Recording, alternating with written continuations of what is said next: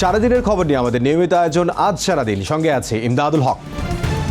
Operation সিঁদুরের জবাব দিল পাকিস্তান। ভারতে বুনিয়ানুন মারসুস নামে অভিযান শুরু করেছে ইসলামাবাদ। সেনাবাহিনী জানিয়েছে 3টি বিমান ঘাঁটিতে শনিবার ভোরে হামলা চালায় ভারত। এর জবাব দিতেই ধ্বংস করা হয়েছে ভারতের দূরপাল্লার ক্ষেপণাস্ত্র ঘাঁটি। সাইবার হামলায় অচল করা হয়েছে পাওয়ার গ্রিডের 70%। জবাবে পাকিস্তানের 6টি সামরিক স্থাপনা ও 2টি বিমান ঘাঁটিতে বিমান ও ক্ষেপণাস্ত্র হামলা চালানোর দাবি করেছে ভারত। চলমান উত্তেজনার মধ্যে পরমাণু অস্ত্র নিয়ন্ত্রণ কমিটির সঙ্গে আজ জরুরি বৈঠক ডেকেছেন পাকিস্তানের প্রধানমন্ত্রী। পাল্টাপাল্টি হামলায় পূর্ণাঙ্গ যুদ্ধের দ্বার প্রান্তে ভারত পাকিস্তান। সংঘাত বন্ধে দুদেশ ও মিত্রদের কূটনৈতিক তৎপরতার মধ্যেও অভিযান অব্যাহত থাকায় যুদ্ধের আশঙ্কা করছেন বিশ্লেষকরা। তারা বলছেন, সামাজিক ও রাজনৈতিকভাবে জনপ্রিয়তা ধরে রাখার চাপ দেশ দুটির ক্ষমতাসীনদের আরও সংঘাতে জড়ানোর দিকে ঠেলে দিচ্ছে। মিত্ররা সংঘাত বন্ধের আহ্বান জানালেও তাদের তৎপরতা চোখে পড়ার মতো নয় বলে সমালোচনা করেছেন বিশ্লেষকরা। আওয়ামী লীগ নিষিদ্ধের দাবিতে রাজধানীর শাহবাগ ও যাত্রাবাড়িতে গণ অবস্থান ও ব্লকেট কর্মসূচি পালন করছে ছাত্র জনতা সহ সর্বস্তরের মানুষ। জুলাই বিপ্লবের এতদিন পরে এসেও জুলাই ঘোষণাপত্র প্রকাশ না করায় সরকারকে এক হাত নেন তারা।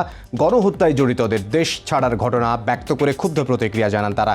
যতদিন পর্যন্ত ফ্যাসিস্ট দলটি নিষিদ্ধ না হবে ততদিন পর্যন্ত রাজপথে থাকার ঘোষণা দিয়েছেন তারা।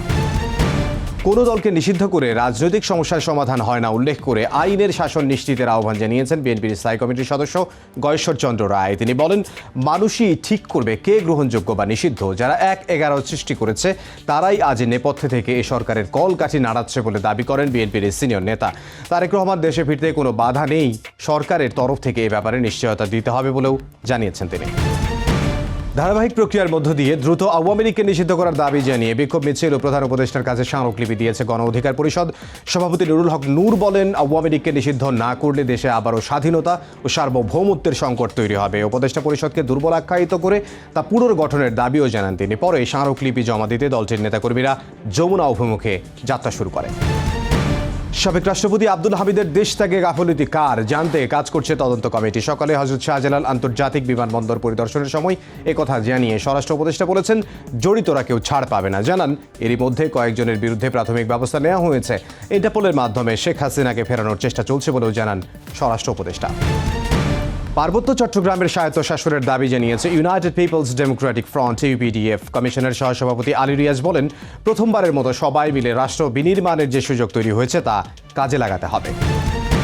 প্রাথমিকে আবারও বৃত্তি পরীক্ষা চালুর পরিকল্পনার কথা জানিয়েছেন শিক্ষা উপদেষ্টা ডক্টর চৌধুরী রফিকুল আবরার। এ সময় তিনি জিপিএ 5 পেয়েও অনেকেই বিশ্ববিদ্যালয়ে ভর্তি পরীক্ষায় পাস না করায় আক্ষেপ প্রকাশ করেন। বর্তমান সরকার শিক্ষকদের যথাযথ মর্যাদা দিতে করণীয় সব পদক্ষেপ গ্রহণ করেছে বলে উল্লেখ করেন তিনি। এ সময় বেসরকারি শিক্ষা প্রতিষ্ঠানগুলোর মুনাফালোভী মনোভাবের নিন্দা জানান উপদেষ্টা। প্রখ্যাত লোকসঙ্গীত শিল্পী, গবেষক ও লেখক মোস্তফা জামান আব্বাসী মারা গেছেন। ইন্না লিল্লাহি ওয়া ইন্না ইলাইহি রাজিউন। শনিবার ভোরে বনানীর একটি হাসপাতালে শেষ নিঃশ্বাস ত্যাগ করেন তিনি। মৃত্যুকালে তার বয়স হয়েছিল 87 বছর। প্রায় 5 বছর ধরে চলা সংস্কারের পর নতুন এক অভিষেকের অপেক্ষায় জাতীয় স্টেডিয়াম। আর 1 মাস পর এই মাঠে এএফসি এশিয়ান কাপ বাছাইয়ের ম্যাচে লড়বে বাংলাদেশ ও সিঙ্গাপুর।